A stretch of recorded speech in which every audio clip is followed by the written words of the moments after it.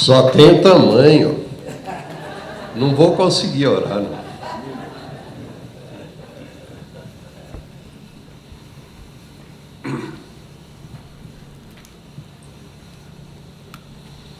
Senhor Deus, te agradecemos, ó Pai, pela vida desse precioso irmão.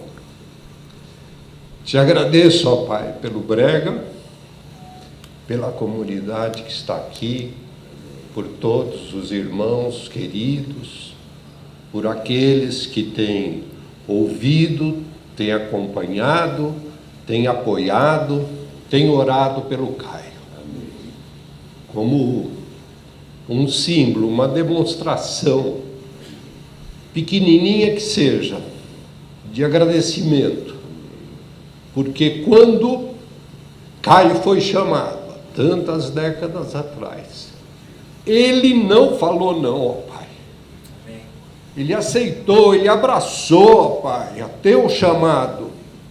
E tu tens usado a sua vida, e que sejamos, ó Pai, honrando e agradecendo a Ti, pela forma como Tu operas nas nossas vidas, no nosso meio.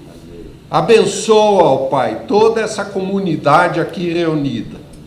Abençoa, ó Pai, o nosso país que precisa de pacificação, que precisa cicatrizar essas feridas que a gente se deixou levar, ó Pai.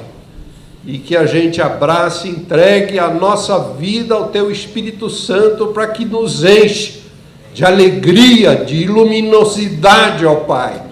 E sejamos e façamos tudo isso debaixo do senhorio de Cristo, para a honra e glória do Teu nome, ó Pai.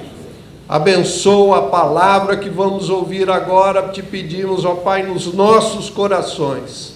Unge mais uma vez o Teu servo Caio. Abençoa, ó Pai, a liderança do Brega. E, ó Pai, que sejamos instrumentos nas Tuas mãos. Te pedimos e agradecemos, em nome de Jesus. Amém. Não fui eu que orei, viu? Foi o Espírito Santo.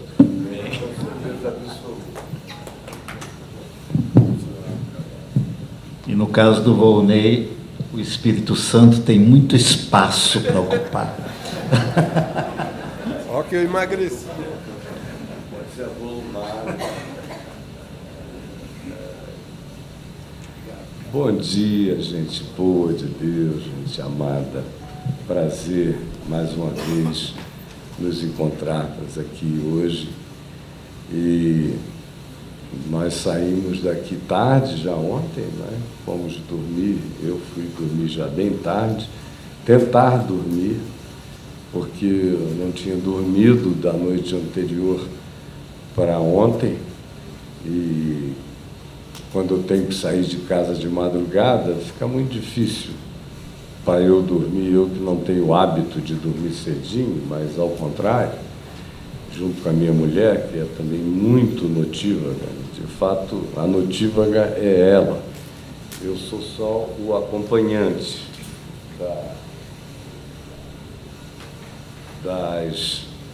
Ela tem aquele prazer noturno especial, e eu também aprendi a gostar com ela do silêncio da madrugada, nossa vidinha só nós dois, sem ninguém, aquela coisa gostosa.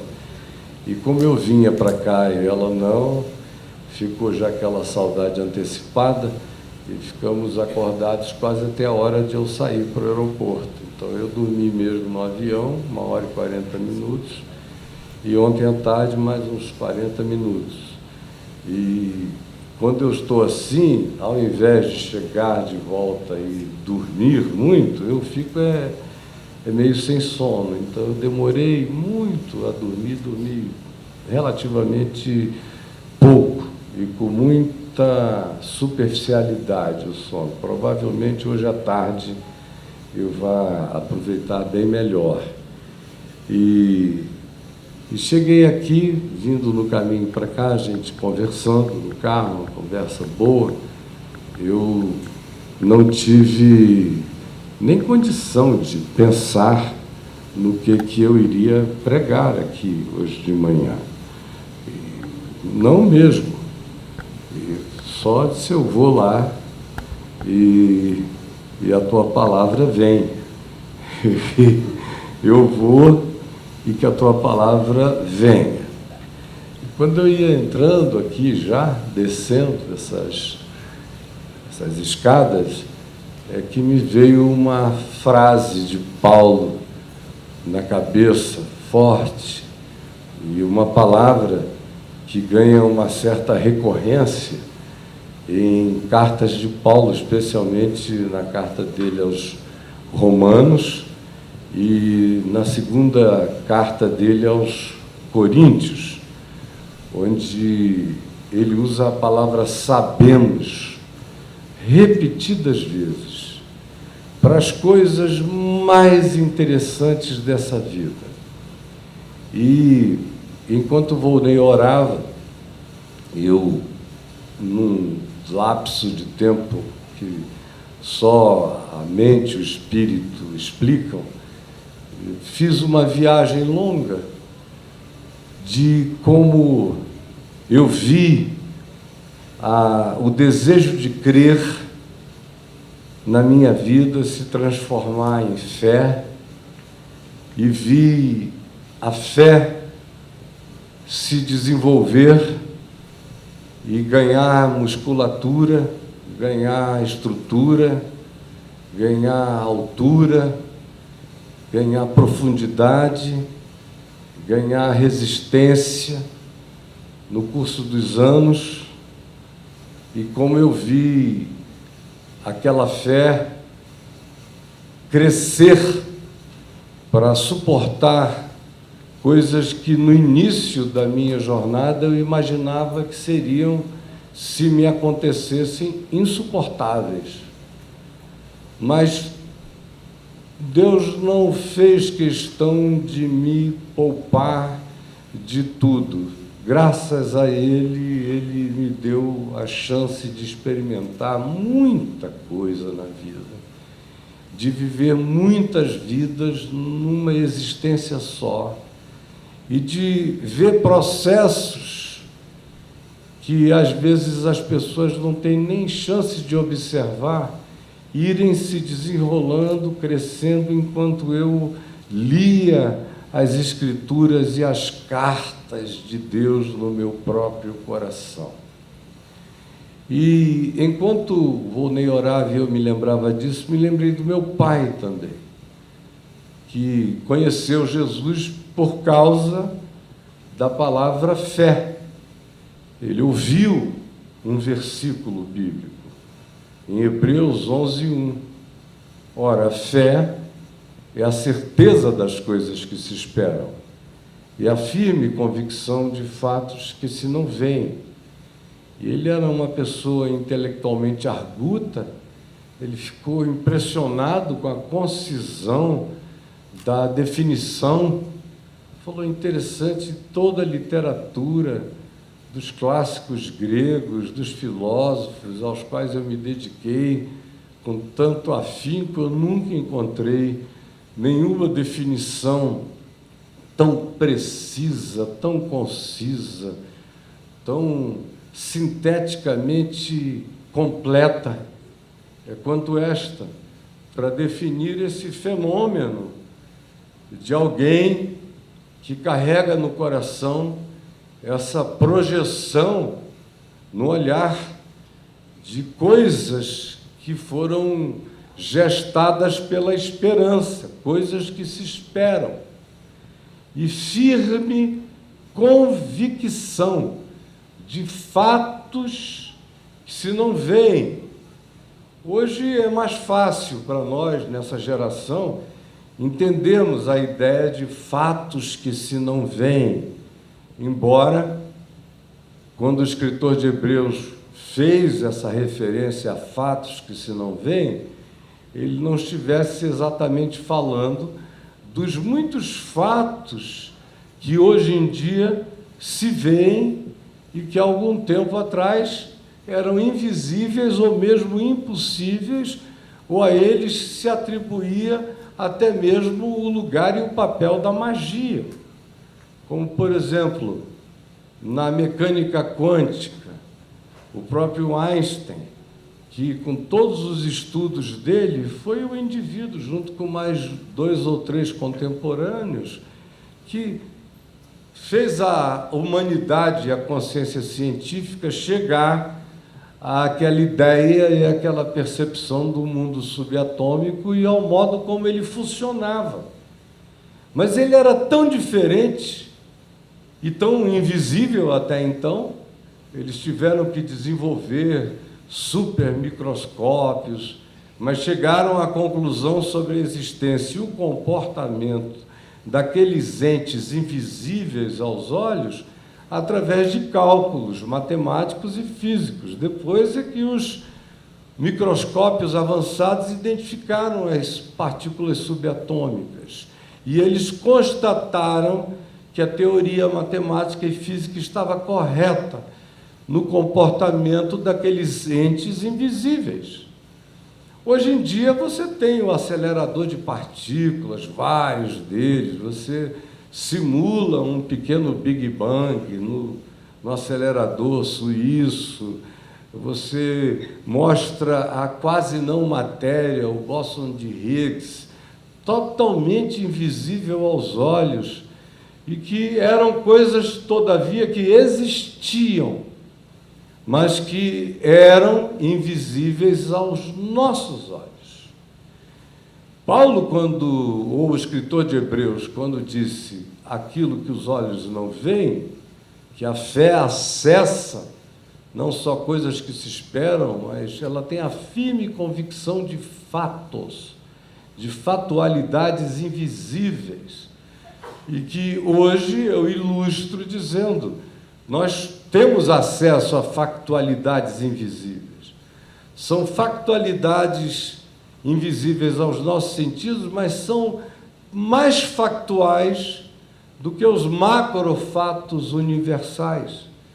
Porque tudo que a gente chama de grande no universo é feito a partir de átomos que são constituídos de partículas subatômicas, existentes numa complexidade enorme e que se comportam de modo diametralmente diferente de tudo que existe no universo visível, chamado de macrocosmos, aonde tudo tem uma regularidade, mensurabilidade, estudabilidade, cientificidade muito mais acessível, já desde a antiguidade, para os astrólogos, astrônomos que se dedicavam aos céus em todas as culturas do mundo. E Einstein, como eu ia dizendo, que foi o grande expert, que foi o Pelé da física. Acabei de ver, sentado ali, que o Pelé partiu hoje de manhã para a eternidade. E o Einstein foi o Pelé da física, ou o Pelé foi um Einstein do futebol, porque o Pelé fez tudo o que esses meninos maravilhosos de bola aprenderam a fazer e se especializaram em fazer, e o Pelé, que era um só, fazia tudo o que todos somados fazem. E não aprendeu com ninguém, não teve modelo.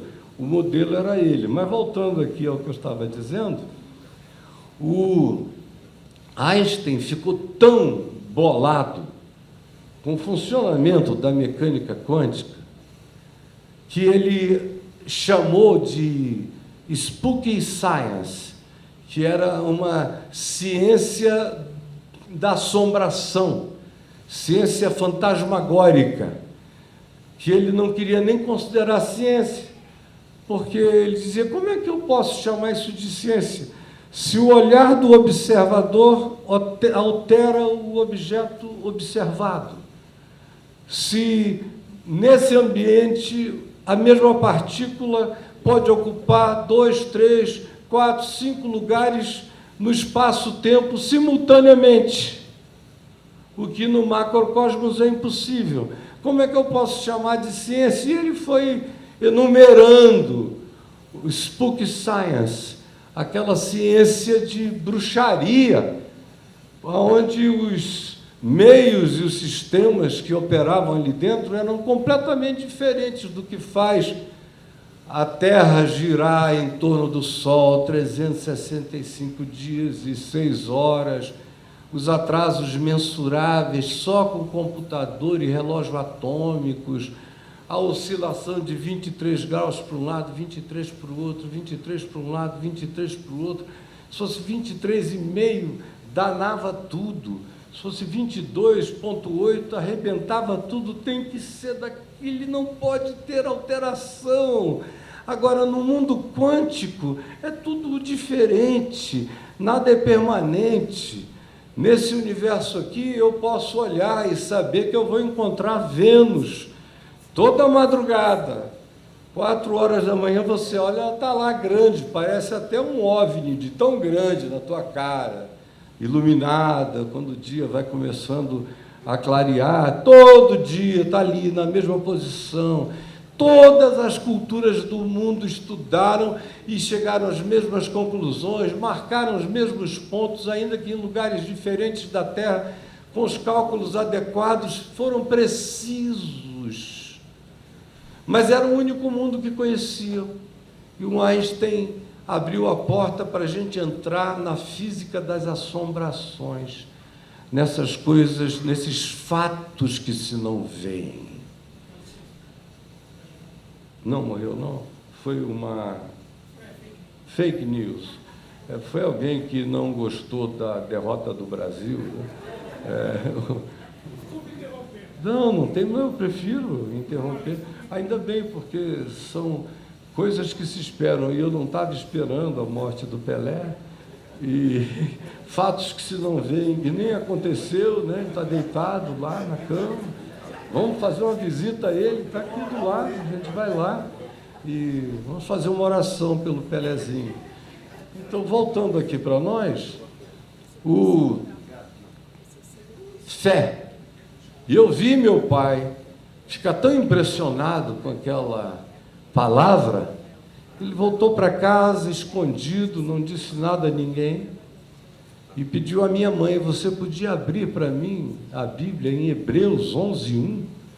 Ele detestava a Bíblia, qualquer coisa que tivesse a ver com o Evangelho. Nós levamos um susto à mesa quando ele disse aquilo. Aí a minha mãe, assustada, apavorada, spooky, assim, assombrada, foi lá e abriu Hebreus 11:1. Aí ele leu e falou: que coisa impressionante.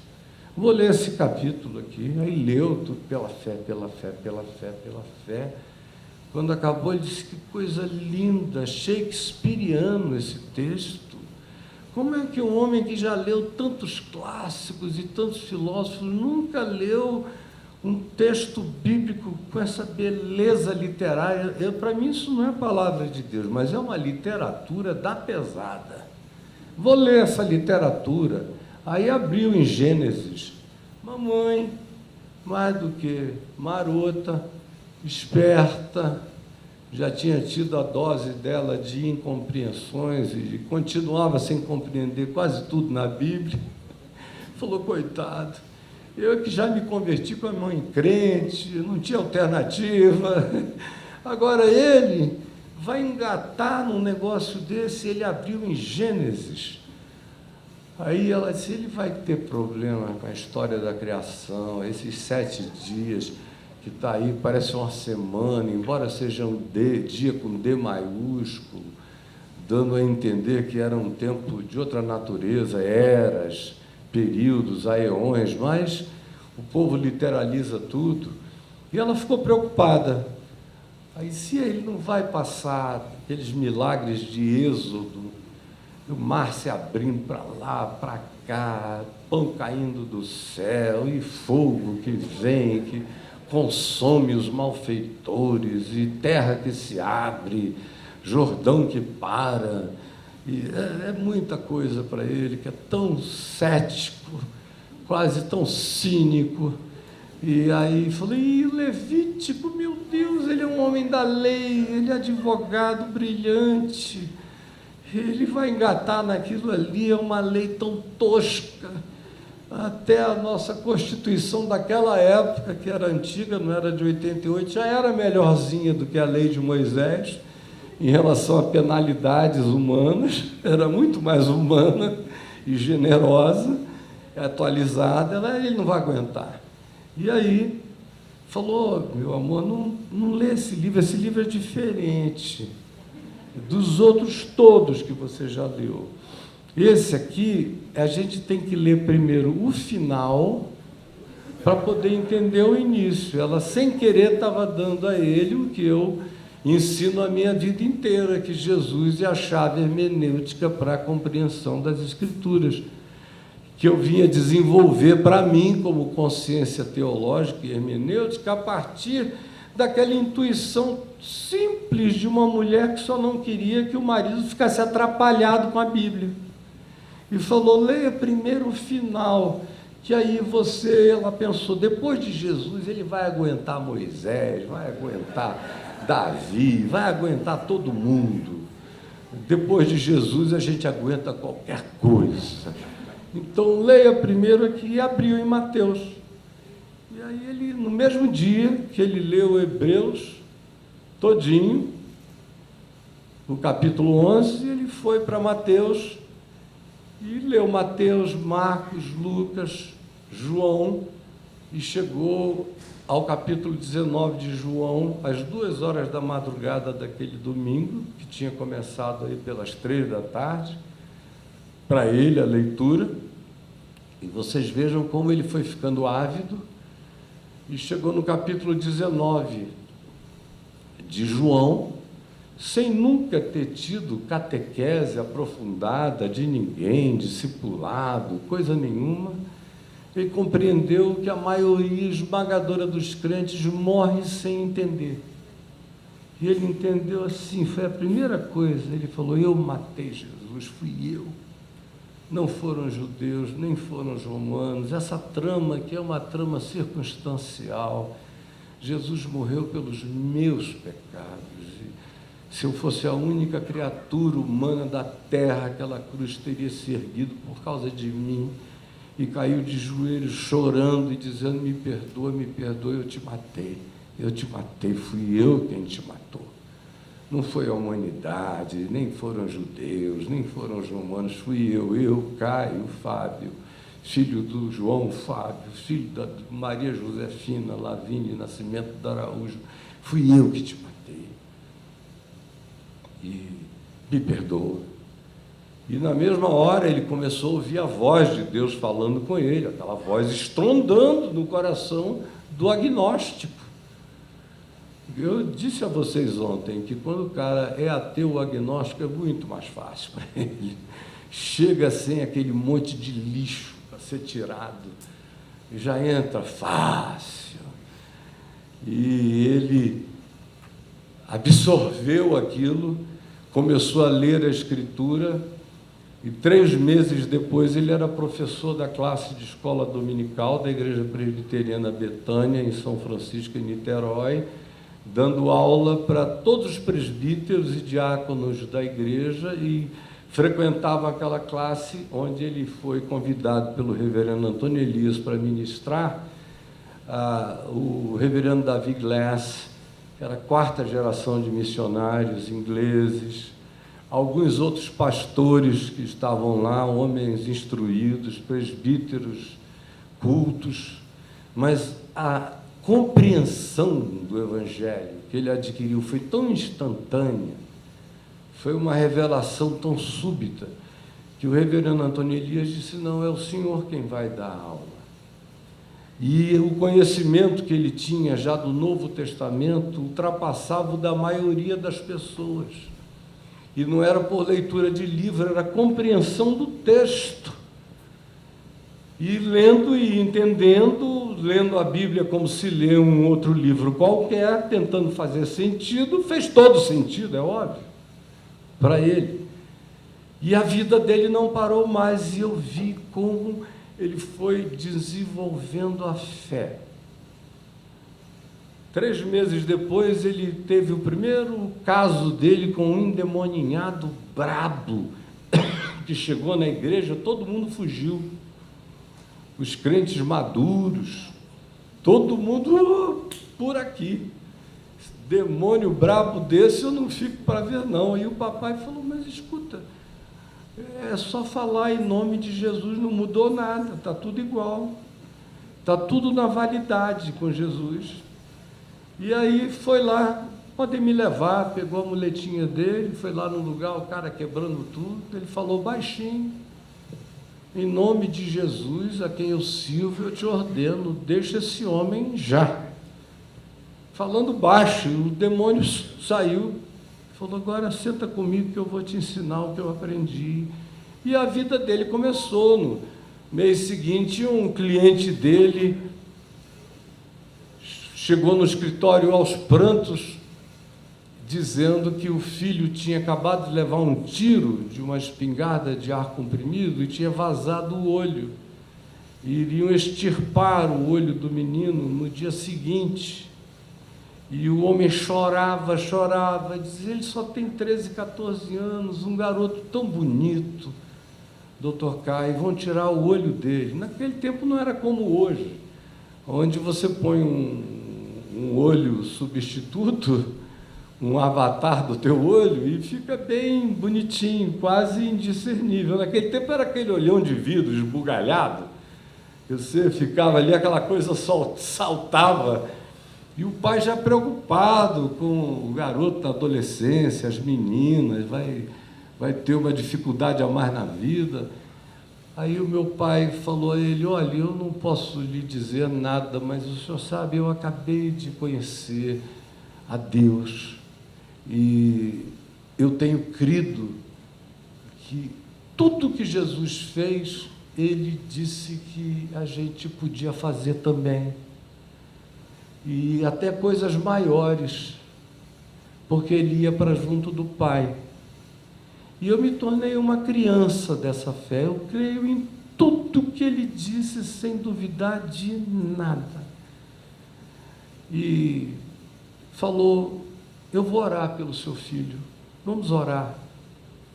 E foi no dia seguinte até a loja desse cliente dele, e umas 10 da manhã, se ajoelharam juntos, a operação seria às 2 da tarde, e ele orou com esse senhor Barros, pedindo a Jesus que tivesse misericórdia do filhinho dele, e que desse um olho novo ao garoto. É uma coisa difícil você ver um crente falar isso, né? O R.R. Soares diz, levanta o braço, está conseguindo? Glória a Jesus, vamos lá, e agora a perna, e vai. 3 horas depois que a pessoa sai dali, o braço já não ergue mais, voltou tudo outra vez. Mas ele estava ali, pedindo para Jesus dar um olho novo para o filho do cliente dele. E levantou, disse, seu Barros, o que vai acontecer está nas mãos de Deus. Agora, se Deus está precisando de alguém que entre com fé nessa história, Ele me tem todinho, porque eu sou todo fé. E foi para o escritório. Quando foi mais tarde, vem esse homem ao escritório dele, aos prantos, se jogou no chão chorando e dizendo, que Deus é esse? Porque foi para o hospital. E o médico disse, olha, daqui a pouco eu volto, não vai ser complicado, o resto vai ser tratamento para a gente até adaptar a prótese, tudo isso mais tarde, e ele vai ter que se acostumar, a vida dele vai mudar. Mas o senhor espere aqui. Daqui a pouco o médico sai de lá, menos de 2 minutos depois, segurou esse homem, sacudiu ele assim e falou, escuta, como é o nome do seu Deus? Ele falou, por quê? Ele falou, porque eu tirei o tampão para começar a asepsia da cirurgia e o olho do seu filho está bom, não sofreu nem um arranhão, e ele estava vazado, furado, veio tudo para fora, não tinha mais olho lá, está um olhaço. Como é o nome do seu Deus? Porque eu acabei de ver um milagre bíblico. O médico E ele disse, eu vou perguntar, e foi saber para o papai, chegou já chorando. E eu vi meu pai ir de fé em fé, sempre na maior simplicidade, nunca com estardalhaço, nem com gritaria, tudo simples.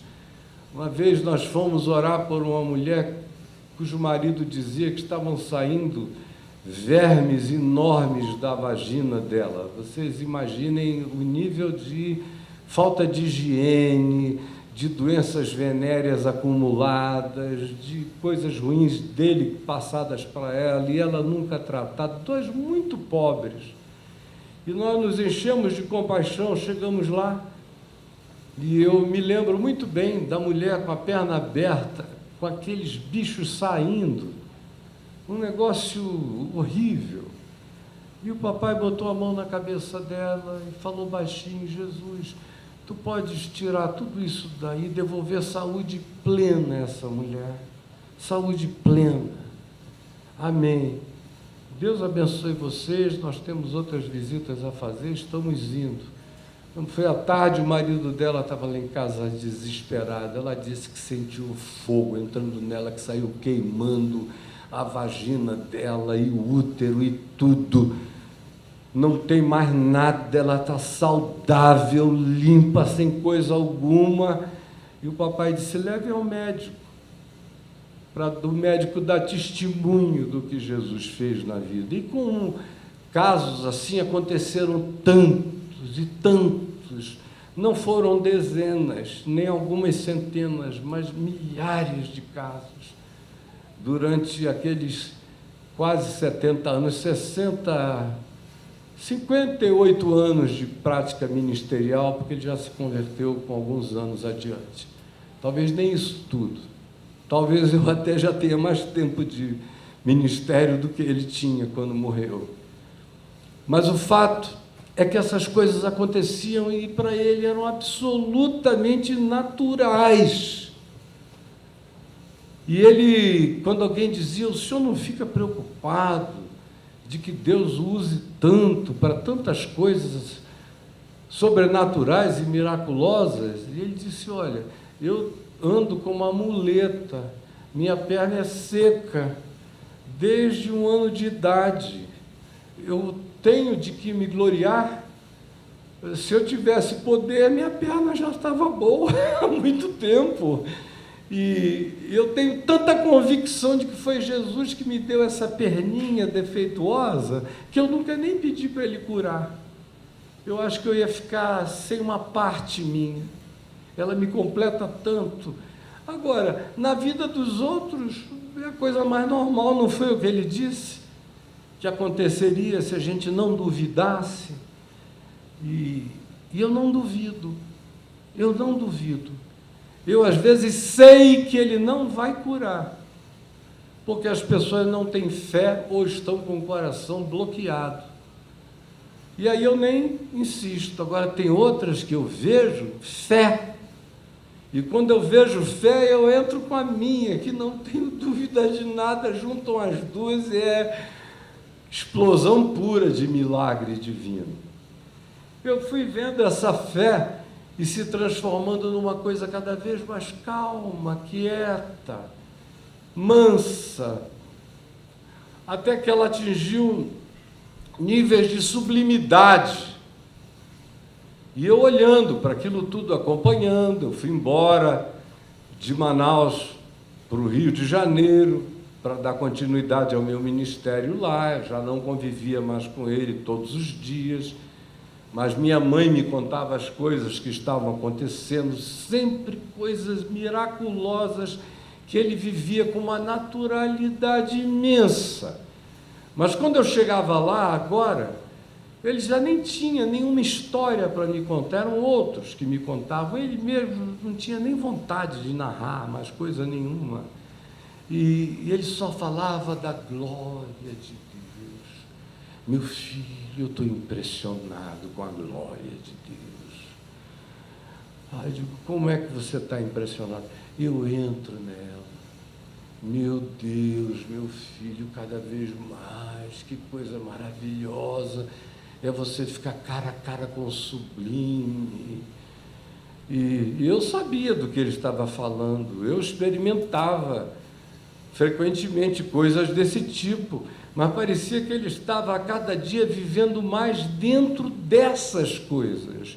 Saía para te cumprimentar e voltava para lá, não é? Era uma outra dimensão dentro da qual ele foi entrando. Até que, depois de muitos anos, um dia a minha mãe me ligou e falou: olha, aconteceu uma coisa aqui com teu pai que talvez só você consiga arrancar por causa da intimidade tão grande que vocês têm. E pergunta a ele, porque eu já perguntei, ele só chora e não fala nada. E aí eu liguei e falei: paizinho, mamãe me falou isso, o que aconteceu? Aí ele falou: quem me dera poder contar, filho, eu não consigo. E aí a mamãe já veio, pegou o telefone e falou: ele está banhado de lágrimas aqui, e sem nem falar. Aí depois ele voltou e disse: quando você vier a Manaus, eu vou tentar ver se eu converso com você sobre isso. Sem promessas. Uns meses depois, eu cheguei a Manaus, e eu querendo a conversa, fomos para o meio da floresta, sentamos lá, ele mandou fazer uma fogueira, como a gente fazia desde menino, e eu adorava aquilo tudo, as guaribas cantando, os animais, a floresta densa, uma maravilha, os sons da noite. E eu pedi para ele me contar, e eu olhei a luz da fogueira nele, iluminando o rosto dele, eu só via aquelas lágrimas grossas escorrendo pelo rosto do papai, e ele fazia assim com a cabeça. Aí, no dia seguinte, de novo, e ele derramava lágrimas e fazia uma negativa. Foi assim durante 3, 4 dias. E ele dizia: filho, eu não consigo. Aí eu parei de tocar no assunto, cheguei lá numa determinada hora, e aí ele disse: senta aqui, porque eu acho que hoje eu vou conseguir. Eu estou orando tanto para eu conseguir te contar o que aconteceu, eu quero tanto que você saiba, e o Senhor vai me dar forças. Aí eu falei: então me conta. E ele disse: eu estava aqui, sozinho aqui no mato, na floresta, na casinha que ele tinha lá no meio do mato, bem simples, e ninguém ficou para dormir comigo, eu mandei todo mundo embora, que eu queria ficar uns 2 ou 3 dias em silêncio, e eu comecei a glorificar a Deus, a entrar naquela glória, a ver a grandeza da criação, a beleza e tudo que eu consigo reunir de compreensão sobre quem Ele é e sobre as obras das mãos dEle. Meu coração foi se enchendo daquele namoro eterno, daquela ternura, daquela vontade de ser absorvido por Ele. Eu quero ser absorvido nele. Eu não vejo a hora de ser absorvido nele, meu filho. E as lágrimas escorrendo. Eu falei: e aí, pai? Aí ele falou: e aí eu fui. Aí eu falei: como assim? Ele falou: sabe aquele negócio de Paulo, lá em 2 Coríntios 12, se no corpo ou fora do corpo, não sei, Deus o sabe? Aí eu falei: sei, aconteceu comigo. Aí eu falei: o senhor me fala isso assim, desse jeito? Aconteceu comigo. Mas o que você quer que eu faça? Eu não consigo nem te contar. De tão para além do narrável que isso é. Falei: tenta, pai. Aí ele chorou de novo, chorou e falou: eu entrei nessa glória. Ela foi antecipada para mim. E eu não tenho como te contar. Eu falei: assim não tem graça. Você me traz até aqui e depois diz que não tem como contar. Aí ele disse: é porque não tem como contar, Caio Fábio. E disse: Paulo estava errado na tentativa dele. Eu digo: como? Ele disse que viu e ouviu coisas inefáveis, às quais não é lícito aos homens referir. Ele falou, pois é isso. Ele estava errado nisso aí. Porque não é que não seja lícito aos homens referir. É porque é irreferível, meu filho.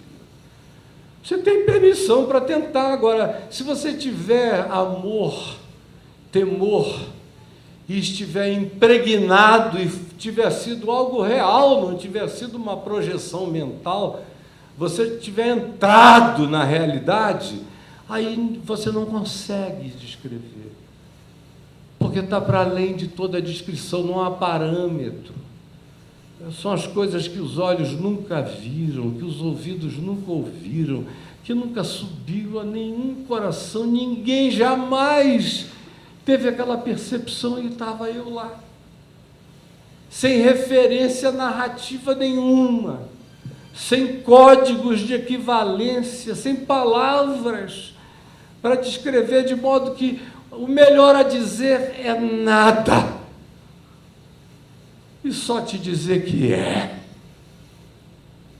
E eu não vejo, olha, eu estou sentindo até uma coceira já nas costas.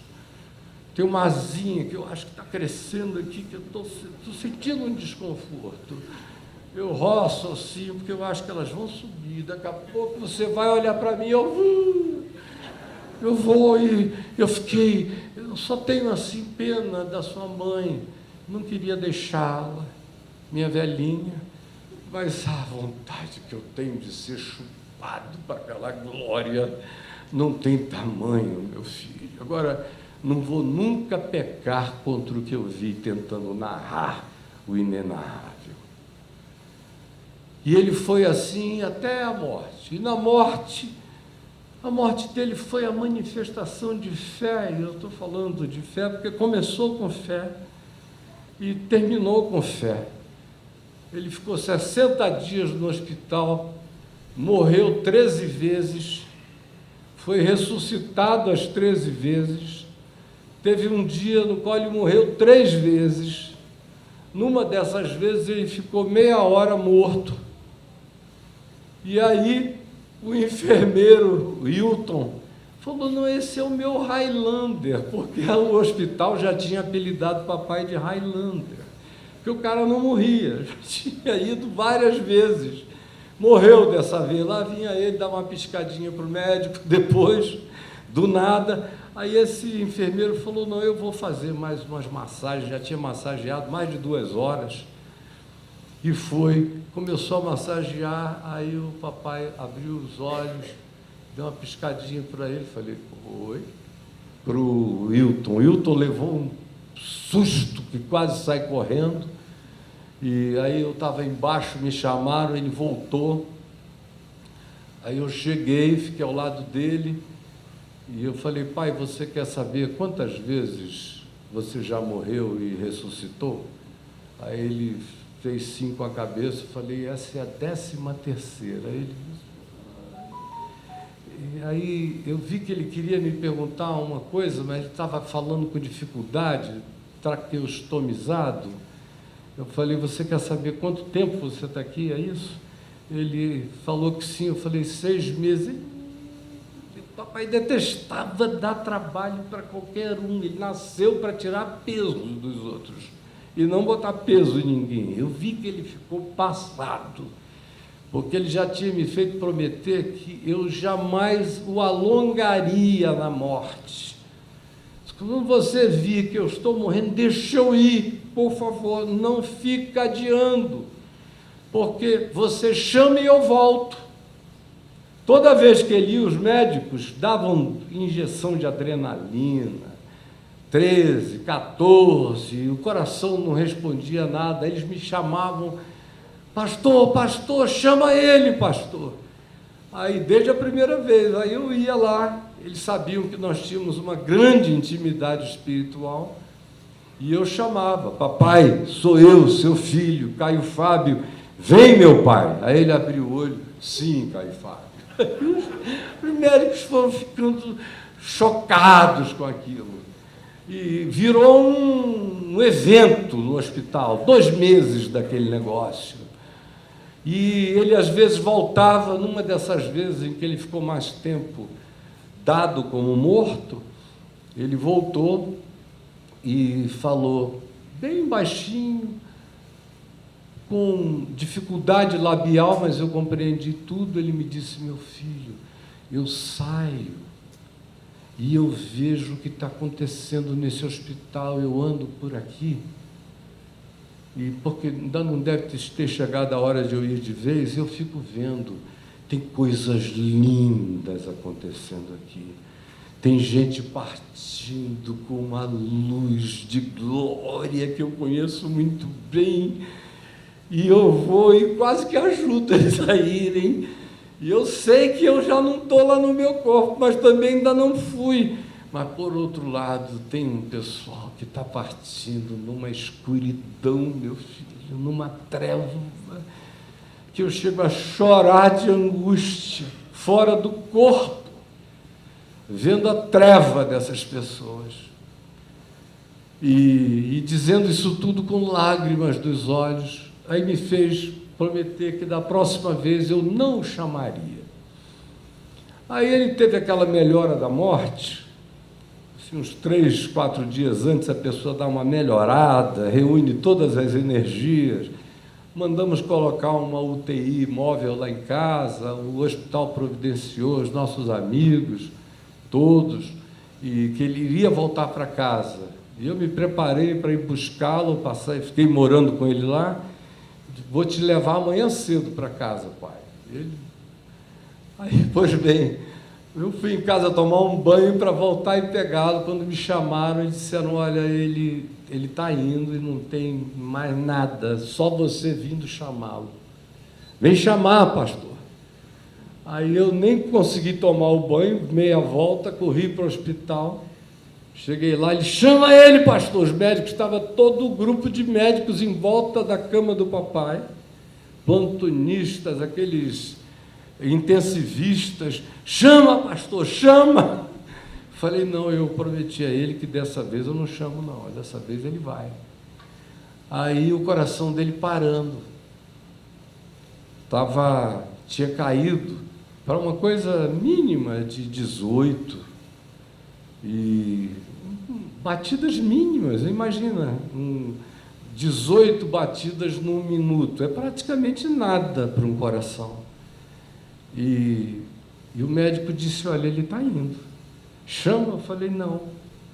Aí eu só falei no ouvido dele, falei: paizinho, meu amorzinho, chegou o dia, chegou a hora, e você vai encontrar o amor da sua vida, o sentido das nossas existências. Hoje é o dia, hoje é a hora. Daqui a pouquinho você vai tomar posse do que te está preparado desde antes da fundação do mundo. E logo, logo eu também estou chegando lá. E você vai encontrar tanta gente linda que já está lá.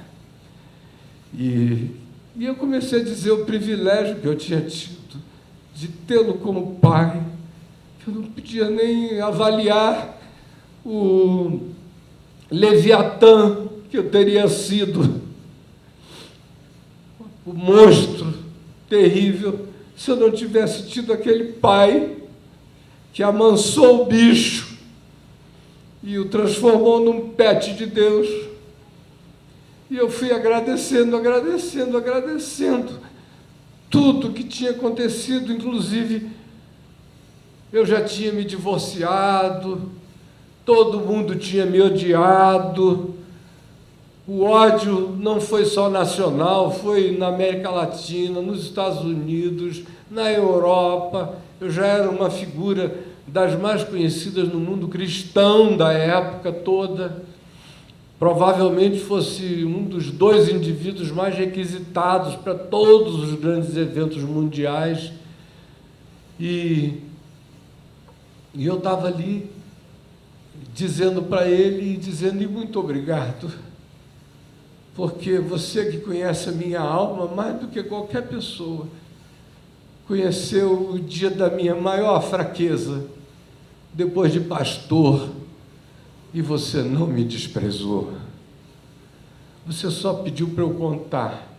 E quando eu contei tudo, sem esconder nada, você só segurou da minha mão com lágrimas nos olhos e me disse: que bom que você está de volta. Obrigado, pai. Eu tive um pai que era a cara de Deus. E é por isso que eu tenho essa confiança tão arreganhada em Deus, que eu aprendi com você. E agora você vai, e eu vou continuar a minha jornada.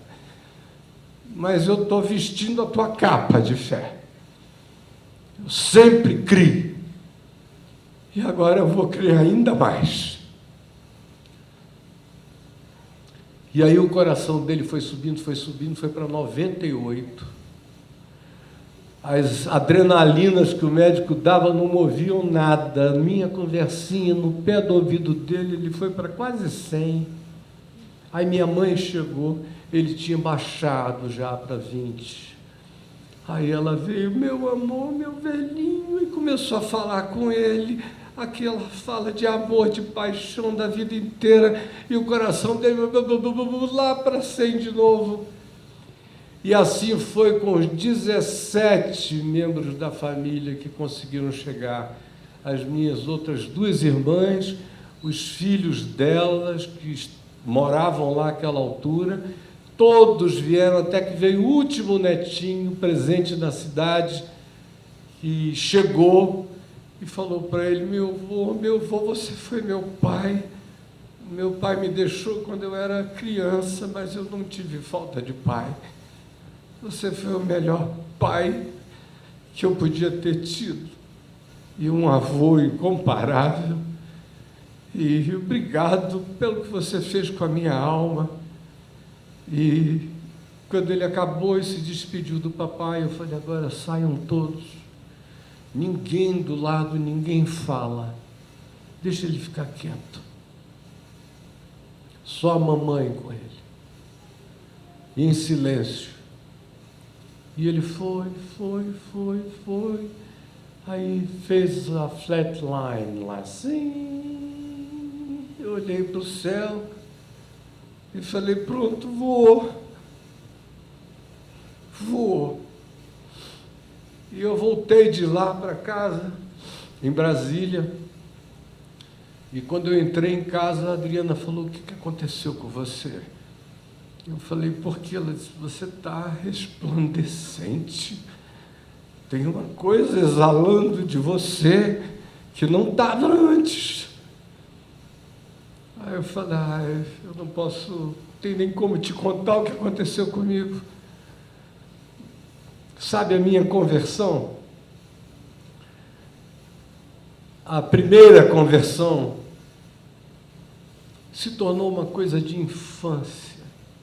E a terceira, e a 10ª, e a 20ª, porque todos nós que temos um pouquinho mais de consciência sabemos que a gente se converte muitas vezes no curso da vida. Não é conversão a Jesus, é conversão à profundidade de Deus em você, a confiança nele plantada em você, o amor, o perdão, a graça, a generosidade, a capacidade de não levar nada pregado em você, e andar livre, limpo, solto, puro, perdoado. Não importa o que o mundo inteiro queira atribuir a você, você sabe que você é justificado, você sabe. A única coisa que eu consegui, eu creio que dizer a ela, foi que antes eu cria. Antes eu cria. Agora eu sei Deus em mim. É só o que eu posso te dizer. Eu cria que eu podia pegar quase nele assim. Eu cria. Nunca tive crise de fé, eu sempre criei. Mas agora é diferente. Parece que eu não preciso mais crer. Parece que eu sei Ele. Que de algum modo eu entrei nele de uma forma diferente, e que eu estou vendo a vida através disso, E se eu era desassombrado, desamedrontado, com ímpetos que a maioria das pessoas não tinham, coragem de enfrentar coisas, agora eu não tenho nem esses sentimentos mais a oferecer, simplesmente as coisas se tornaram, elas são, eu não tenho nem que evocar, elas já estão presentes. Eu não tenho que falar nada, não tenho que me lembrar de coisa alguma. Deus está me pensando todo dia e eu me sinto pensado nele, amado nele, provando a graça dele.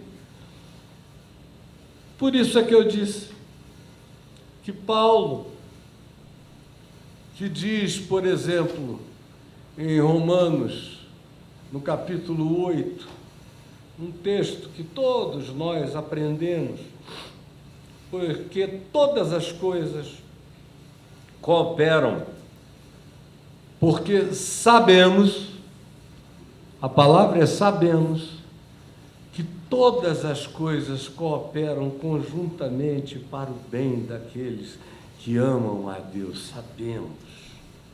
Sabemos.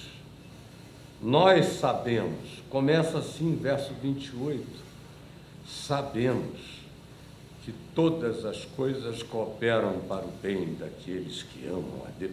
Já imaginou o que é você, de fato, saber isto?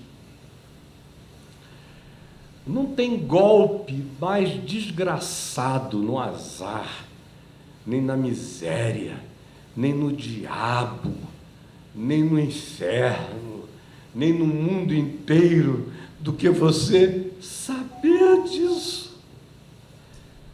Eles aprontam tudo. Essa vez a gente pegou ele.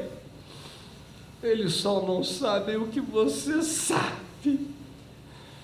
Que o que eles construíram de pavoroso é apenas um adubo glorioso para o teu bem, para você melhorar, para você ficar mais humano, para você ficar mais arguto, para você ficar espiritualmente mais enraizado, para você ter sua âncora mais atada, ataviada ao trono da glória, mais conectado, mais direto, mais cara a cara, sabendo que não importa o que aconteça, eu já sei qual é o resultado de qualquer coisa, eu só tenho melhorado.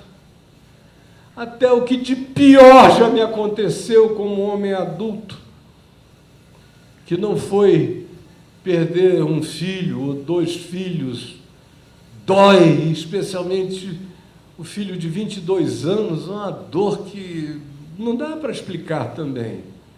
É melhor nem falar sobre o assunto. Mas eu só saí melhor. Não foi a minha maior dor. A minha maior dor foi quando eu pequei. E quando eu, na consciência que não me deixou um segundo, eu pequei consciente, sabendo o que eu estava fazendo, conhecendo a Jesus, não de Bíblia, de Novo Testamento, nem de doutrina, nem de seminário, nem de teologia, nem de teólogo, nem de filosofia, conhecendo a Ele na minha vida, no olhar do diabo apavorado, me vendo Cristo em mim, vendo graça, vendo o poder do perdão que cura, vendo a ministração da palavra que dessomatiza misérias na vida das pessoas, vendo tudo que de bom pode acontecer meramente pela palavra do Evangelho. Mas aquilo tudo foi ficando pequeno perto desse ar sublime, dessa oxigenação. E mesmo naquele dia horroroso, quando eu consumei o ato do meu pecado, eu tive uma visão de uma catedral enorme, com torres que entravam no céu, pareciam feitas de vidro ou cristal, eram transparentes, linda aquela edificação, ruindo todinha, e aqueles vidros ou cristais vinham lá do alto daquelas abóbadas, caindo nas minhas costas, e eu ficava todo lacerado. E ao mesmo tempo eu sabia que o que eu tinha feito qualquer um podia fazer, mas eu não, porque eu sabia demais, eu conhecia demais, eu tinha provado demais para consentir que algo daquele tipo acontecesse. Mas em momento algum eu duvidei de nada sobre ele em relação a mim, de mim em relação a ele, nada. O que era e ninguém desfazeria, isso eu sabia. Sempre soube, mas agora, depois da partida do meu pai, depois daqueles 2 meses de vida na Twilight Zone, entre este mundo e o vindouro, acompanhando ele ali naquele limbo glorioso, eu voltei dali sabendo mais do que nunca. Não só que todas as coisas cooperam para o bem daqueles que amam a Deus, mas sabendo tudo mais que Paulo vai falando, e eu não vou ter tempo para mencionar todas as coisas, mas se você olha em 2 aos Coríntios, você vai vendo, e veja, pode ver no seu celular mesmo, fazendo uma pesquisa, na versão que eu leio, que é da Bíblia João Ferreira de Almeida, versão revista e atualizada da Sociedade Bíblica do Brasil, procure a palavra sabemos, em 2 aos Coríntios. Ele começa a mencionar, a partir do capítulo 4, as coisas que sabemos, que ele sabia, sabemos. E ele vai mencionando cada uma dessas coisas, porque todas as coisas existem por amor de nós. Ele disse, isso nós sabemos. Por isso, nós não desanimamos, porque sabemos que mesmo que o nosso homem exterior adoeça, se corrompa, envelheça, fique caquético, o nosso homem interior, todavia, se renova de dia em dia. Sabemos que a nossa leve e momentânea tribulação neste mundo produz para nós eterno peso de glória acima de toda comparação. Não atentando nós, portanto, nas coisas que se veem, mas nas que se não veem, porque as que se veem são temporais e as que se não veem são eternas. Portanto, sabemos que se a nossa casa terrestre, esse corpite aqui, se desfizer, esse tabernáculozinho de peregrinação, essa barraca do deserto, se desfizer, ficar poída, se acabar, sabemos que nós temos da parte de Deus um edifício, casa não feita por mãos humanas, eterna nos céus, sabemos. E ele prossegue dizendo, por isso temos sempre bom ânimo, sabendo que enquanto no corpo ainda estamos ausentes do Senhor, visto que aqui andamos pela fé e não pelo que vemos, mas nós vamos ficar cara a cara com o Senhor, isso sabemos. E ele vai repetindo e recorrendo a essa certeza de glória em glória, eu sei, e faz essas afirmações completamente chocantes, que só pode fazer quem sabe. Como ele diz, temos este tesouro, que é um tesouro, imagina o que eu estou dizendo aqui para vocês. Qual é o coach que tem essa certeza, baseada no coaching? Quem? Isso é um negócio que o Elon Musk não sabe nem por onde começa.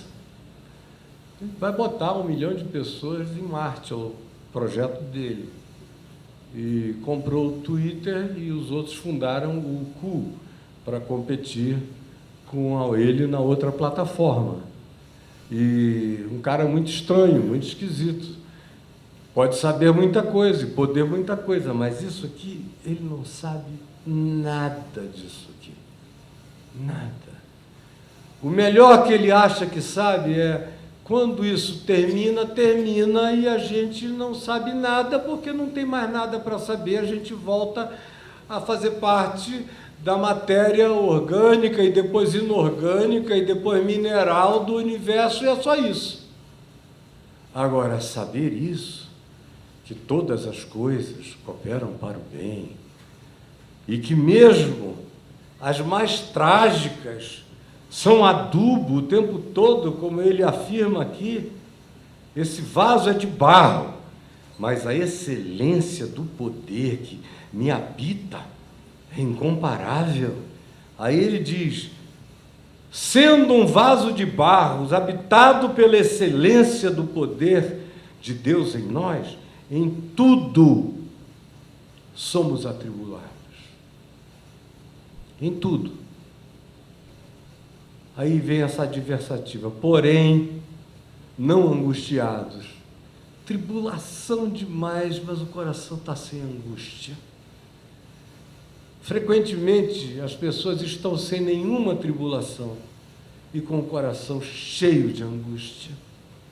É o paciente que mais dá trabalho, é esse, psicologicamente falando. Porque quando você trata de alguém que tem todas as razões do mundo para estar infeliz, é fácil tratar. Agora, quando você pega pessoas que têm tudo que qualquer um poderia querer, e inclusive o que eles próprios desejavam, e eles não sabem nem o que querem, ou se querem, não sabem explicar por quê, que apesar de tudo, são habitados por uma angústia que não cessa.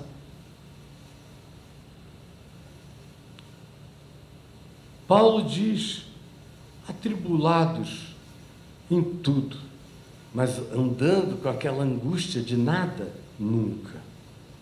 Perplexos, chocados, muitas vezes, mas desanimados, desistentes, jamais. Perseguidos o tempo todo, mas nunca com a experiência do desamparo. Mesmo que o mundo inteiro me persiga, eu sou amparado de dia e de noite, ainda que ninguém o saiba, mas eu sou habitado pelo amparo.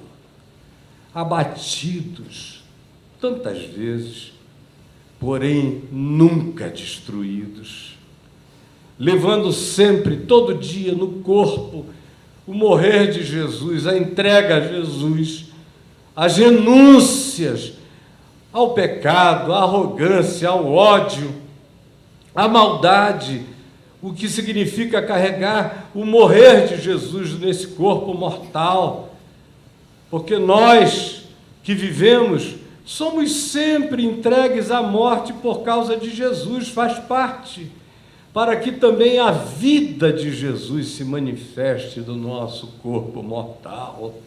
Isso pode começar a exalar daqui, já, ninguém precisa esperar a glória chegar, ela vem, e ela te habita, e ela te possui, e ela te fortalece, de modo que em nós opera, muitas vezes, a morte, pelas renúncias, mas naqueles sobre os quais a palavra da vida que sai de nós é ministrada, nesses opera-se a vida, o fôlego, a vivificação do ser, sabendo nós isto, que tudo decorre da fé, que diz, eu criei, por isso é que eu falei, também nós cremos, por isso é que falamos sabendo, que aquele que ressuscitou ao Senhor Jesus, também nos ressuscitará com Jesus e nos apresentará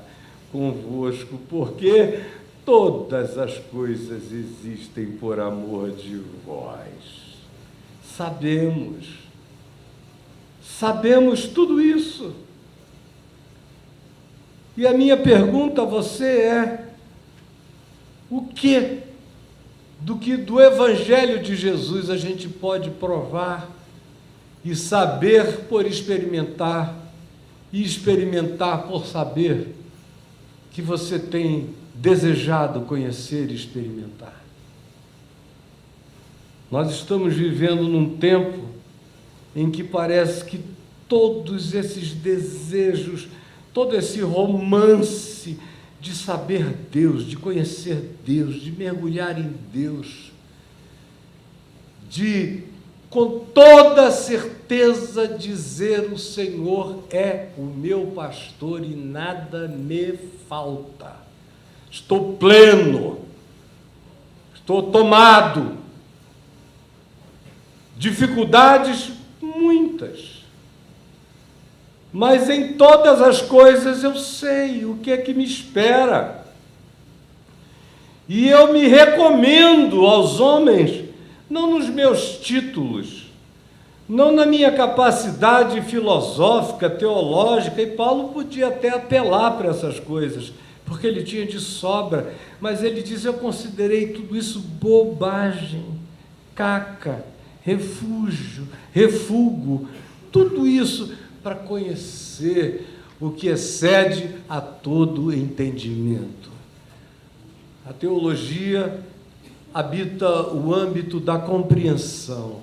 A experiência de Deus excede a todo entendimento. Aí ele diz e afirma: experimentando Deus, e nós nos recomendamos ao mundo, não dizendo: olhem para mim e vejam como eu fiquei rico, mas eu me recomendo ao mundo dizendo: pode olhar para mim, porque eu tenho tido paciência no sofrer, nas aflições, nas privações, nas dores, nos açoites, nas prisões, nos tumultos, na falação, na confusão, nos trabalhos, nas noites sem sono, nos jejuns ou até na falta de comida, na pureza, na entrega, no saber, não para os homens, mas no saber de Deus, por Deus, em Deus, para o meu benefício e para aquilo que de mim faz bem aos outros, na longanimidade, que é a paciência relacional, na bondade, no Espírito Santo e na experiência e na prática do amor não fingido, na palavra da verdade, no poder de Deus, nas armas da justiça, quer ofensivas, quer defensivas, por honra, quando somos honrados, e por desonra, quando nos desonram, tanto faz. Ainda assim, eu me recomendo como ministro de Cristo, mesmo quando desonrado, mesmo quando infamado, ou mesmo quando sob boa fama, como enganador para muita gente que diz: esse é um enganador, mas eu sei que sou muito verdadeiro, ele diz, como um desconhecido, de gente que sabe que eu sou e finge que não está me conhecendo, mas eu sei qual é a deles. E, entretanto, os anjos, os principados e as potestades sabem de mim.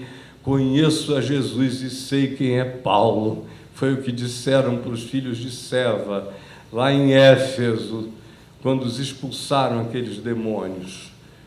Expulsaram os exorcistas, bem conhecidos, como se estivéssemos morrendo. Contudo, eis que vivemos, como castigados, porém não mortos, entristecidos muitas vezes, mas sempre alegres estranhamente, pobres, mas enriquecendo a muitos, nada tendo, mas possuindo tudo, sabemos. O negócio é saber e provar e viver. O que é que você sabe disso?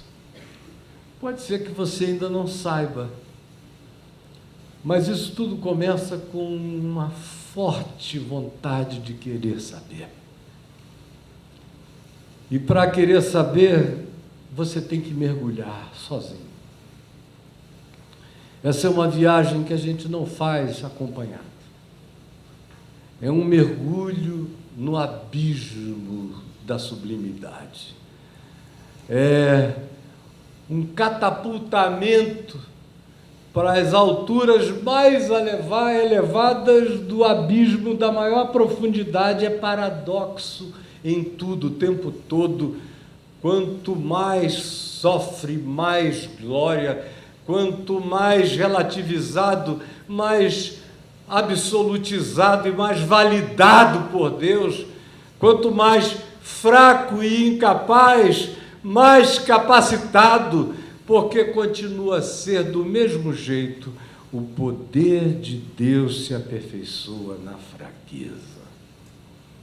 De modo que quando eu sou fraco, aí é que eu sou forte. Como disse Paulo no texto, que meu pai não conseguia nem repetir a frase de Paulo, porque ele mesmo tinha tido a experiência. Paulo diz: por isso nós nos alegramos e nos regozijamos na fraqueza, na tribulação, na opressão, na angústia, nos sofrimentos, sabendo que o poder de Deus se aperfeiçoa, cresce, quando eu não tenho arrogâncias a declarar a respeito de mim mesmo. Afinal, a excelência desse poder habita esse vaso de barro, todo barro, cracado. Mas se você pudesse olhar lá dentro, a riqueza de glória, e quando ela cresce em você, a certeza poderosa, que não interessa se puserem o Putin aqui na minha frente, se alguém ficar nervoso, será ele. Eu não. Putin é só o Putin. Coitadinho, ele só sabe brincar de arma nuclear e de ameaçar, mas ele não sabe nada do que eu disse para vocês hoje aqui, nada. Tem medo de morrer.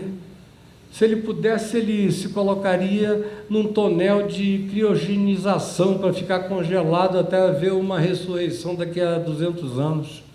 Medo de ir, não sabe. Esse Elon Musk pode me dar aulas sobre a Tesla, não o Tesla, mas a companhia Tesla, porque do Tesla mesmo ele não sabe quase nada. Ele tem a grana e visão, mas esse universo interior sobre o qual eu acabei de falar com vocês, ele não sabe nada. Essa certeza de que você pode ser levado na presença de quem quer que seja no mundo. Você é um vasinho de barro, mas vai chegar sempre com uma excelência de poder, de força, de graça, de transcendência, de luz, de convicção, de raiz, de âncora, que ninguém tem na terra, a não ser que tenha em Cristo essa convicção. Isso pode ser seu. A gente foi chamado para viver assim. A gente não foi chamado para viver essa existência mambembe, e nem para falar, como eu fico vendo alguns pastores hoje em dia que perderam a fé. Tem um monte de pastor, gente boa, humanos, queridos, amados, mas que perderam a fé. Aí o melhor que eles conseguem dizer nessa hora é: eu estou nessa aposta em Deus. Eu ouço toda hora essa aposta em Deus. Eu tenho um amigo lá em Brasília que de vez em quando ele diz: não desistamos da nossa aposta em Jesus. Eu digo: mas cara, você ficou viciado nesse cassino da religião, não é? Porque Jesus virou uma aposta para você. Eu não sei qual é o jogo que você joga, mas eu não estou apostando nada, eu já sou dono de tudo, cara. Eu tinha um outro amigo ali do Rio que outro dia foi tomar um café comigo, um ótimo teólogo. E um garoto culto, instruído, pouco religioso, o que é uma coisa boa, mas perdeu a fé. Então ele diz, eu preciso encontrar contigo de vez em quando, porque todo café que eu tomo com você renova a minha fé, e aí eu fico com mais força nessa aposta em Jesus. Eu digo, então não vou mais tomar café com você, para ver se você se converte, e para de apostar em Jesus, por favor, não aposte não. Se você nunca viu um OVNI, aposte em OVNIs. Uma boa aposta, tem tantos milhões vendo. E esse que vos fala já viu 2 vezes. Eu não aposto em OVNI porque eu vi. Para você pode ser uma elucubração, para mim é uma concreção. Eu não estava na manhã da ressurreição de Jesus e criei, pelo testemunho de gente séria que lá estava e que deu a vida pelo que confessou, e eu criei, e teve um testemunho que atualizou o que eles pregaram e transformou o que eles pregaram numa palavra minha em mim, tanto quanto um dia foi deles neles, hoje é minha em mim. Mas não tem aposta, tem certeza absoluta. Muita gente apostando em Jesus. Quase tudo que tem sido feito em nome de Jesus tem sido feito na base da aposta. Quase tudo, gente. Você vê crente por aí, a igreja está crescendo. Não, ela está inchando. É um cassino que está lotando de apostas. Para ficar rico, para sentir menos dor no cotovelo direito, que os milagres de Jesus atingem no máximo hoje em dia o cotovelo e o tornozelo, mas não tem nada grandioso acontecendo, porque não tem nada de Deus acontecendo na vida de quase ninguém. Nós, no entanto, podemos saber. E eu vim aqui hoje de manhã conversando com essa singeleza com a qual eu converso com os meus netos lá em casa e com os meus filhos à mesa. Quando a gente faz nossas reuniõezinhas e eu digo, pois que todo mundo canta Beatles, canta Joe Cocker, canta Djavan, canta Caetano, que são os hinos lá de casa, são esses aí, né? O pessoal canta. Agora o Caetano canta também com o meu querido filhão Kleber Lucas. Então, e aí quando acaba aquele momento devocional de louvor, e cada um que sugere uma música para cantar, levanta e explica no que aquela música o afetou. Aí é que você chora, que você vê como aqueles meninos que estão sendo criados na espiritualidade de Jesus e do Evangelho, mas sem o sinete da religião, fazem de todas as suas interpretações, chamadas seculares, realidades que chegam como dimensões espirituais dentro deles. Aí eu digo, e você, Mateus, por que você escolheu essa música? Aí ele disse, eu estava num dia assim, assim. Aí ele começa a contar o que a música fez nele, todo mundo chora, porque foi o que o Evangelho faria em qualquer um. Ele entendeu o Evangelho ouvindo aquela letra chamada secular. Aí depois eu prego, e assim sabemos. Deixa eu falar de uma palavra para vocês, recorrente em Paulo, ou qualquer outra coisa. Porque quanto mais eu converso assim, mais eu fico com certeza de que as coisas estão entrando profundamente em alguns. Falando daqui, eu já vi muitas lágrimazinhas rolando nos olhos de muita gente que está sentada aqui entre nós.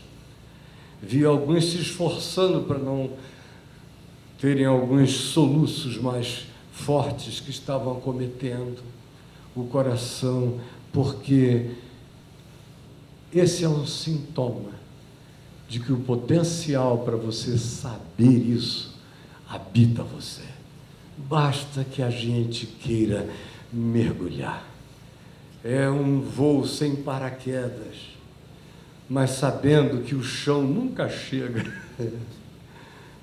E que tem alguém que voa por debaixo e por cima, e você mesmo aprende a voar, e sobe com asas como águias, e corre e não se cansa, e caminha e não se fatiga. Sabemos disso. Eu peço ao Senhor Jesus que se manifeste doce e poderosamente presente entre nós nesta manhã, no coração de cada um aqui. E daqueles que depois vão ver a edição dessa conversa e vão se derramar na presença de Deus aos milhares. Essa coisinha que está acontecendo aqui vai salvar tanta gente. Eu vou ouvir tanta história, como de cada palavra, tanta história, de tanta graça. E quanto mais eu ouço o que o Evangelho faz, mais eu fico sabendo. De modo que você vai ficando tomado de uma certeza. Já não é aposta, nunca foi, sempre foi Deus. E essa fé,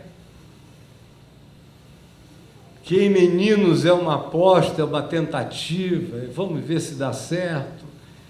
Está dando tudo errado, eu perdi a esperança, mas vou fazer uma apostazinha em Jesus, a tal da fezinha nele, pode ser que dê certo. Mas na realidade, nós temos tudo para sermos as pessoas mais fabulosas da face da terra. E não é arrogância, é só porque sabemos que Ele mora aqui dentro de mim. Olha bem para mim que você vai acabar enxergando a Ele. Aí eu paro de bater, ele começa a bater de dentro para fora. Aí você samba. Porque o meu Deus dança, joga dados, faz um monte de coisas, ele dá liberdade, ele joga dados também. Que foi o que o Einstein disse, eu não posso, quando ele rejeitou a mecânica quântica, que ele tinha ajudado a descobrir, foi por causa da Spooky Science, que era aquela ciência de fantasmagoria. Uma das coisas que ele disse é porque aqui na mecânica quântica Deus joga dados. E no macrocosmos, Deus não joga dados. E eu fui criado com o Deus que não joga dados. Então não era nenhuma questão mais de ciência. O próprio Einstein encontrou a sua laje limitante no condicionamento adquirido, na teologia dentro da qual ele foi educado, e da cultura europeia, um Deus que não jogava dados. Mas na mecânica quântica, Deus joga dados e deixa os dados serem jogados. E no fim, todas as coisas cooperam conjuntamente para o bem daqueles que amam a Deus. A gente pode sair daqui com essa ambição, pelo menos. Ambição. Qual é a tua ambição?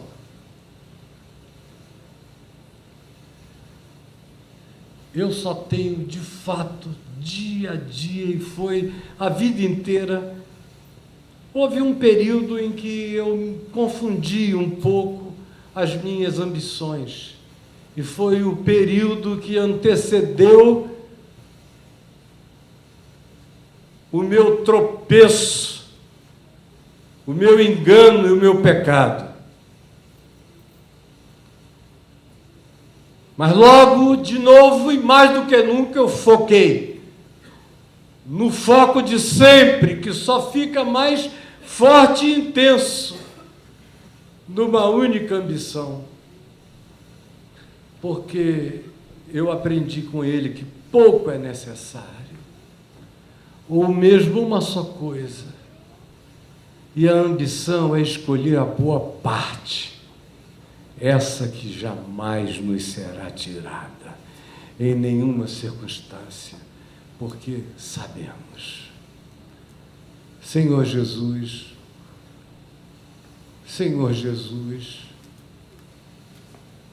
eu não estou aqui fazendo parte de uma doxologia, fazendo a oração de encerramento da minha fala. Tu sabes que entre nós não é assim. Eu estou falando contigo mesmo, falando com o teu Espírito que me habita e habita o coração de todo aquele que aqui crê, pedindo que tu acendas esse fogo, essa fé, que a gente saia do cassino da religião e se abrace com toda a veemência, se agarre e diga: eu não te deixarei. Não é se tu não me abençoares, é quanto mais me abençoares, mais danado ficarás, porque mais agarrado a ti eu estou, e é em ti que eu vou viver, e ninguém me separa do teu amor por mim, e nem de mim em ti, ninguém. Disso sabemos. Coloca essa convicção, essa paz, esse descanso que ajuda a gente a trabalhar melhor, a produzir mais, a não se embaraçar com os temas que os outros nos dão para viver e que não são teus temas para a nossa existência.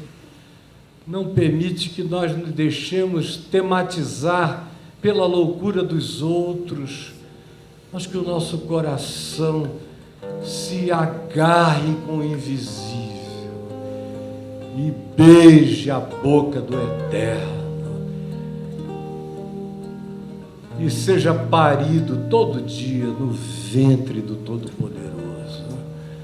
Faz isso na minha vida, na vida da minha mulherzinha amada, na vida da minha ex-mulher que está dodói hoje com Covid, abençoa a Aldinha, na vida dos filhos que nós temos, que tu me deste, dos 2 casamentos.